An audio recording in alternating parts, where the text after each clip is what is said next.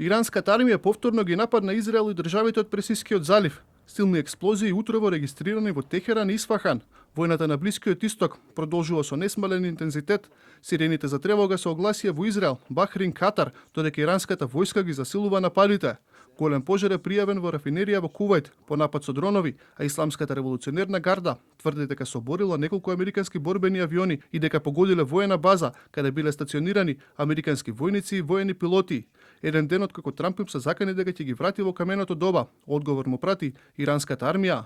Иранската војска ги предупредува агресорите. Елитните единици на командоси се подготвени да уништат секоја инвазија со огромна сила и ветува дека ќе ги испратат не во камено доба, туку во времето пред каменото доба.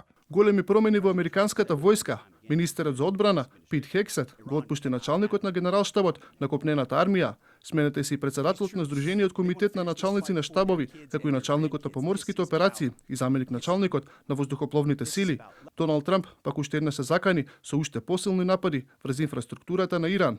Следно мостови, па електрични централи. Новото раководство на режимот знае што треба да се направи и мора да се направи брзо.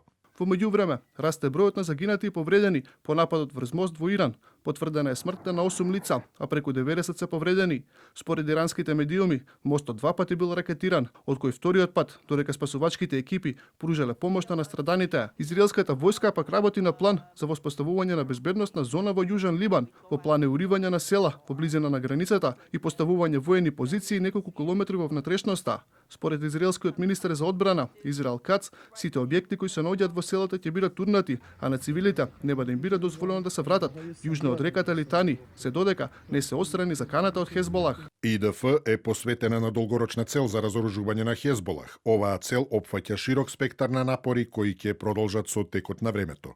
Американските медиуми пак, повикувајќи се на извори од разузнавачките служби, тврдат дека и покрај интензивните американско-израелски напади, Иран се уште поседува значителни капацитети за лансирање на ракети и дронови. Според информациите, половина од иранските ракетни системи се уште се во функција, а покрај тоа Техеран располага и со 10 илјади дронови.